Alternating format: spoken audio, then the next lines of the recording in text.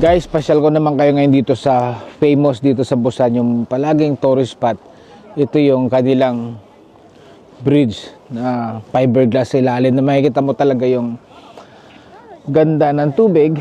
Pero tingnan natin kung kakayanin ko.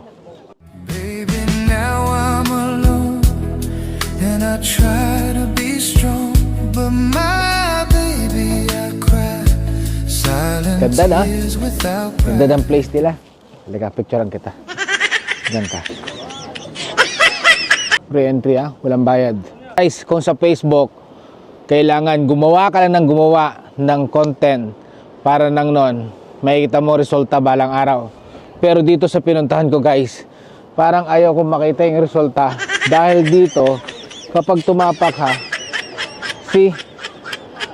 baka malula ka. Diba? Dahil pag tinapakan mo yan, pwede kang malaglag. Grabe. Yan pa lang yan So, ang importante dito guys, huwag kang titingin sa ilalim. Kailangan diretso ka lang, tamang cool lang. Kahit natakot ka ng go lang ng go. Parang pagpi-Facebook lang din yan. Okay? And yes! Sa buhay may mga bagay tayong kinatatakutan. Katulad nitong kinatatayuan ko. Nung una, akala ko hindi ko kaya. Pero kaya ko pala. Minsan nalulula tayo sa narating ng kapwa natin. Pero hindi natin alam kung ano yung mga pinagdaanan nila. Walang masama kung ating susubukan. Doon natin malalaman na kaya pala natin. Kaysa magsisi tayo sa huli na never man lang tayo nag-try kung paano nga ba.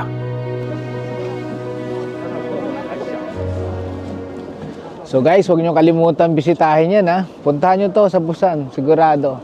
Mag-i-enjoy ka. Lalong-lalo na kung takot ka sa height. Ayan grabe.